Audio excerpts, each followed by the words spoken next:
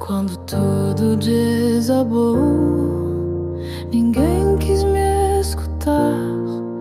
As promessas que eu ouvi, o tempo fez calar.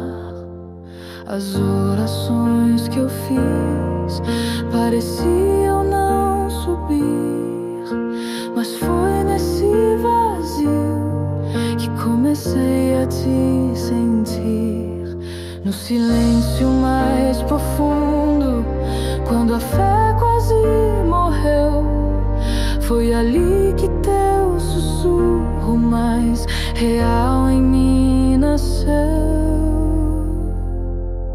Chorei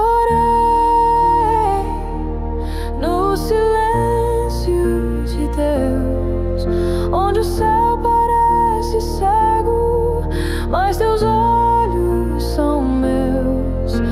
Falei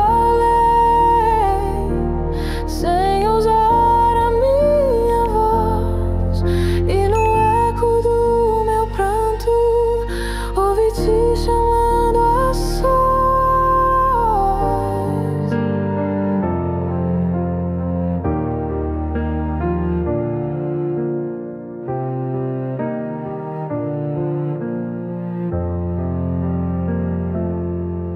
As feridas que escondi, ninguém quis enxergar, mas tu viste o meu abismo sem me condenar. Teu amor não grita alto, mas me envolve sem julgar. É no som do teu silêncio que eu volto a respirar. Mesmo sem te ver agindo, sei que estás no meu deserto. Tua presença é um milagre quando tudo está por perto. Chorei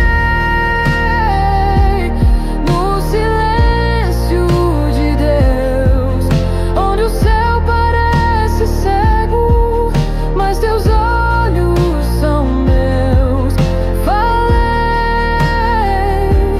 Sem usar a minha voz, e no eco do meu pranto ouvi te chamando a sós. Não preciso te tocar pra saber que estás aqui, no lugar onde ninguém fica. Tu escolhes residir.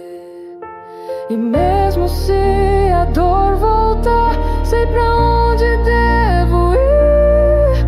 Pro silêncio de tu curas, sem sequer me corrigir. Chorei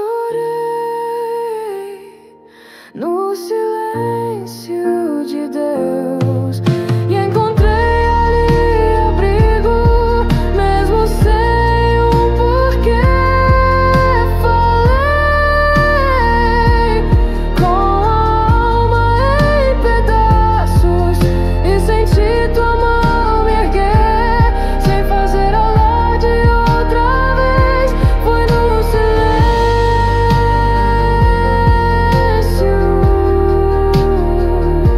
no teu silêncio,